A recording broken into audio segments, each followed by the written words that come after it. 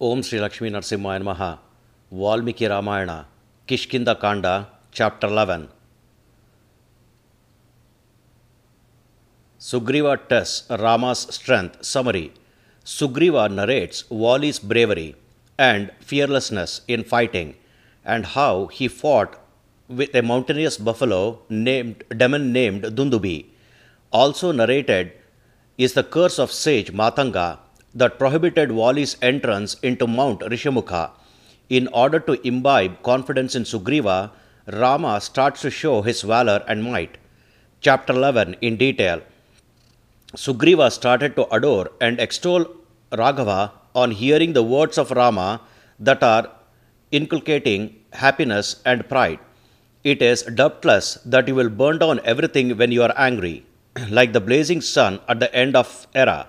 With these words of yours that are highly blazing, incisive, and invaders on stealthy places, thus Sugriva started extolling Rama. That which is impetuousness of Vali, that which is his bravery and courageousness are there. They may be listened from me single-mindedly, and later you impose that which need to be imposed. Before the dawn of sun, Vali, not tired, strides from western ocean to eastern, and even from southern to northern, for offering water oblations to the rising sun, ascending the heights of mountains and even rending their greatest peaks. That mighty one volleys them upwards and in turn catches them, as though they are play balls. As a show his strength, Vali used to personally fell many sturdy trees of diverse origin by his might. One named Dundubhi was there in the form of a buffalo, whose size shone forth like Mount Kailasa, and who bears the strength of 1,000 elephants. Thus Sugriva started telling Dundubhi's episode to Rama. He, that evil-minded and colossal-bodied Dundubhi, was bemused by the vanity of his own vigor, and by the boon bestowed on him, and once he went to the Lord of Rivers, namely the ocean. Deriding the garners of weaves and gems, he said to that vasty ocean, "Give me a fight." Then, O Rama, that virtue-minded and very powerful ocean rose up from his tabular positions to heights, and spoke these words to the demon Dundubhi, who is driven to doom by his own time. I am not capable to give a fight, O war expert, but I will name him who can give you a fight. Listen. So said ocean to the demon. A sublime shelter for sages and the father-in-law of Shankara is there in great forests, well known by the name Himavan, the king of mountains, and he embodies great cascades, cataracts, and caves, and he alone is capable to accord a matchless happiness to you in the form of a fight. So said ocean to Dundubhi. Fathoming that ocean to be scared of him, that noted demon Dundubhi arrived at the forest of Himavan, like an arrow darted from bow, and the Dundubhi started to blare discordantly and toss the rock faces of that mountain that are like white elephants in their figurations severely. Then he, who is like a silver cloud in his figuration, a gentle and delightful one in his appearance, that Himavan spoke these words to the demon staying on his own cliff. It is inapt of you to annoy me, O virtuous Dundubhi. I am just a shelterer of sages, and an unskilled one in fights. So said Himavan to Dundubhi. On hearing the words of the modest king of mountains, Dundubhi's eyes are bloodshot, and he said this sentence: "Whether you are incapable to fight with me, or not venturing me as you are scared of me, is not my concern, but tell me who can really give me a very combative fight." On hearing Dundubhi's arrogant words, that honest Himavan, being an expert in sentence making, had to say angry words to that fierce demon that were never uttered by him earlier. O war expert Dundubhi, Indra's son is there, a brave and glorious one by named Vali, and he is now presiding over the matchless, pompous city Kishkinda. He is a highly intelligent one, and a war expert too, and he is the capable one to give you a duel, like Indra to Namuchi. Approach him promptly if you desire a fight now, and he is an intrepid one who will always be in the maneuvers of war, and indeed none can assail him. Thus said Himavan to the demon Dundubhi. Then, or hearing Himavan's words, he that Dundubhi is convulsed in anger and proceeded to Vali's city Kishkinda. That great mighty demon Dundubhi, wearing the look of a buffalo with sharp horns, was awe-inspiring, and like the arrival of a massive dark cloud in rainy season, full with water on the edge of firmament, he arrived at the gateway of Kishkinda, and bellowed clamorously like a war drum as though to quake the earth. He bellowed, uprooting trees that are rooted nearby, scooping the earth with hoofs, and insolently goring the gateway with horns like a goring elephant. Vali, who by then went into his palace chambers, became intolerant to hear that voice, and fell out from there along with his ladies, like the moon with stars. Vali, being the lord of monkeys and of all the other forest dwellers as well, spoke a clearly worded brief sentence to Dundubhi. O Dundubhi, impending the gateway of this city, what for you are bellowing? I know you, O mighty one, save your lives. Vali cautioned the demon that way. On hearing that sentence of Vali, the tactful lord of monkeys, Dundubhi, said this sentence with his eyes bloodshot in anger. Thus Sugriva continued his narration to Rama. It is inapt of you to speak words in the vicinity of ladies. O valiant Vali, give me a duel now, and then I can appreciate your might. Otherwise I bear up my rage for this night. O monkey, you may unrestrained delight yourself till morning in your voluptuous gratifications, for you are now surrounded by your ladies. Also embrace all the monkeys and get endowments to them, and you may bid farewell to all the good-hearted people of yours, for you are the king of all the three branch animals, as you may not see them later. Let Kishkinda city be seen clearly by you as last sight, and keep someone equaling you as in charge of city, and also rejoice with the females till sunrise, and there is no tomorrow to you. He who kills a drunken one, unvigilant one, defeated one, or one without weapons, or an atrophied one, he get the sin of killing a fetus in the world, and your present state is such like. Dundubhi incited Vali in this way. Then Vali laughed the demon off, discharged all the females, namely Tara and others, and then he spoke to that stupid lord of demons in anger. Don't surmise that I am drunk, and should you be afraid of a fight, regard his drunkenness of mine as a toast of a gallant fighter in this deadly fight. Vali said so to Dundubhi. Saying that way to the Dundubhi, that highly enraged Vali heaved up the golden chest pendant around his neck onto his chest, which was given by his father Mahendra, and stood firm for fight. Then the elephantine monkey Vali took the mountain similar Dundubhi by horns, and booming highly he whirled and bumped him onto ground. Vali, while blaring highly with great sound, repeatedly whirled him and threw onto ground, and while Dundubhi was hurled and thrown to ground, blood gushed out of his 2 ears. Then occurred a gruesome fight among those two, Dundubhi and Vali, who by their fury and impetuous, and who aspired victory over the other.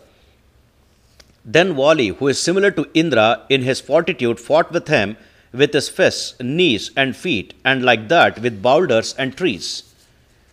While each is assaulting the other in that fight between that monkey and demon, the demon is impaired and Indra's son Vali toughened. In that life-taking fight, when Dundubhi is lifted up and flung to ground, he is completely pounded out.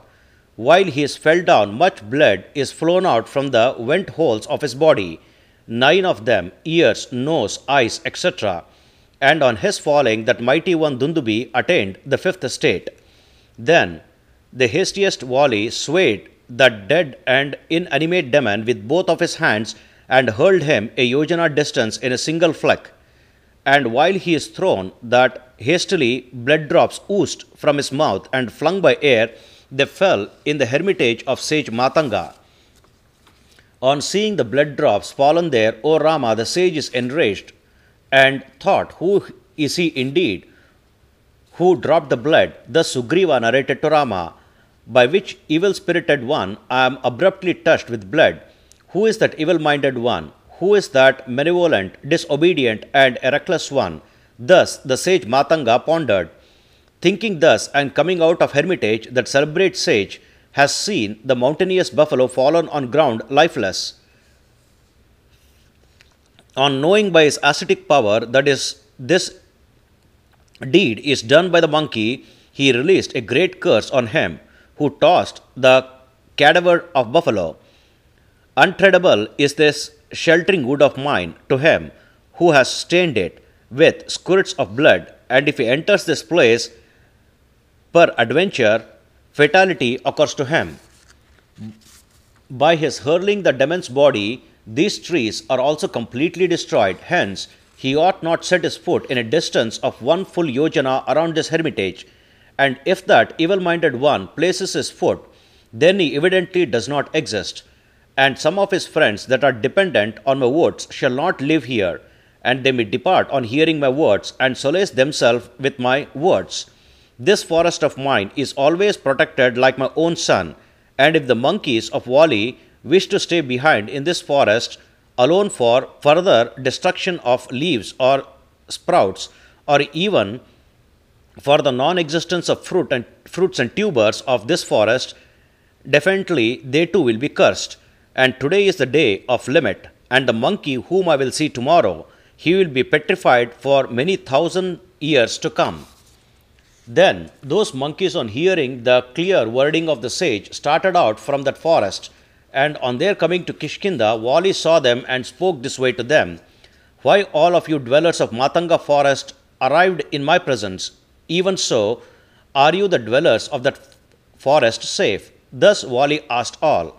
Then all of those monkeys have reported to Vali, the one with golden chest pendant, all the reasons for their exit. Likewise the curse to Vali. Then on hearing all those words narrated by monkeys, Valis approached the great sage and begged of him on becoming humble with palm fold. The sage, inconsiderate of Vali's request, withdrew into hermitage, and fearing to bear the brunt of the curse, Vali was distraught and withdrew from that place. Then, dreaded by the fear of curse, that monkey Vali does not aspire to enter the great mountain Rishyamuka, O people's Lord Rama, or he does not even wish to look at it. Thus Sugriva continued his narration. Knowing the inaccessibility of this forest to him, I got rid of my agony, Rama, and I move here about in this great forest along with my ministers. This huge heap of bones that is shining forth like a mountain top is that of Dundubhi, which Vali once heard by the vanity of his valor. Also, these are the 7 enormous sala trees full with their branches, and Vali is capable to make each of them leafless by his vigor, of course, one at a time. O Rama, I am telling all this to tell about the unequaled vitality of Vali. And O king, then how is it possible for you to eliminate Vali in war? Thus Sugriva inquired with Rama. When Sugriva spoke that way, Rama a little smiled and asked him, on performing which act do you confide in the possibility of Vali's elimination? Then Sugriva said to Lakshmana, earlier Vali used to agitate each of the trees, one after the other on many occasions. If Rama can rend one tree out of the 7 with only one arrow, then on seeing Rama's valor, I can construe that Vali is utterly dead at his hand. Lakshmana, if he lifts and kicks the skeleton of this dead buffalo by the might of his foot and makes it fall at a distance of 200 bow lengths, I can confide. So said Sugriva to Lakshmana. Sugriva paused for a while on saying thus to Rama, for Rama's eye corners are reddened with anger towards Vali. And then Sugriva again spoke to Rama. Vali is a mighty monkey, an intrepid one, who esteems his own intrepidity, and one who is well renowned by his might and tenacity, and in combats he is an undefeatable one. His deeds that are impracticable even for gods are obvious, and scared for recollecting them, I took shelter of Mount Rishyamuka, concluding that the lord of the monkeys, Vali, to be an unconquerable, unattackable, unsympathetic one. I am not leaving this Mount Rishyamuka. I am moving about this forest along with earnest ministers like Hanuma and other significant ones, only because I am disconcerted and skeptical of him. I chanced upon a laudable and true friend in you, O Rama, the patron of friends. Hence, I take shelter in you, O tigerly man, for you are the final resort for those seeking salvation, like Mount Himavan. I know the might of that mighty brother, the malice of mine, and O Raghava, but your valor in combat is imprecise to me. Definitely, I am neither examining nor demeaning nor intimidating you, but his macabre exploits caused cowardice in me. It is definite, O Raghava, your word, courage, and physic denote some sublime radiance in you. As with ash covered fire, so said Sugriva to Rama. On hearing that word of great soul Sugriva, Rama smilingly replied that monkey in his turn, if you are unable to confide in the intrepidity of yours, O monkey, I shall ingrain commendable confidence in you with respect to our action. Thus Rama said to Sugriva. Saying so to Sugriva in a comforting manner, he, the dexterous, vigorous Rama, the elder brother of Lakshmana, sportively flipped the skeleton of Dundubhi with his big toe, and flicked that withered body of the demon with his big toe itself to a 10 yojana distance without lifting his foot. Then, on seeing at the hurled body and the valiant Rama, who by now is like the blazing sun, again Sugriva said this meaningful word to Rama in the presence of Lakshmana and other monkeys. O friend, at that time when my tired and tipsy brother Vali tossed his body, it was unspoilt, wet with blood and full with flesh. Raghava, now this body is sleazy, without flesh, also rendered into a strawy condition. And O Raghu's delight, you too flipped it because you are now energetic. If it be said something is wet or dried up, there chances a lot of difference. O Raghava, thereby it may not be possible to assess whether your might is greater or less, as the gravity of the case depends much on that wetness or dryness alone, isn't it? That alone is the uncertainty in that matter. Sir, whether your strength is superior or his, and if a single sala tree is ripped in an outright manner, the ability or otherwise will be evident. String the bowstring to this bow of yours, an alternate of elephant's trunk, and stretch it out up to your ear and release a great arrow. Darted by you, your arrow will rip off this sala tree. O king, there is no doubt in that matter. Enough is this thinking of yours, and you will definitely do me this favor. I pray and swear upon me. As to how the sun is unsurpassed among all brilliances, as to how Himavan is unmatched among all the mountains, as to how the lion is unequaled among all quadrupeds, so you are among all men for your unique valor. So said Sugriva to Rama. Thus, this is the 11th chapter in Kishkinda Kanda of Valmiki Ramayana, the first epic poem of India. Sri Moola Rama Vijayate. Om Sri Krishnarpanamastu.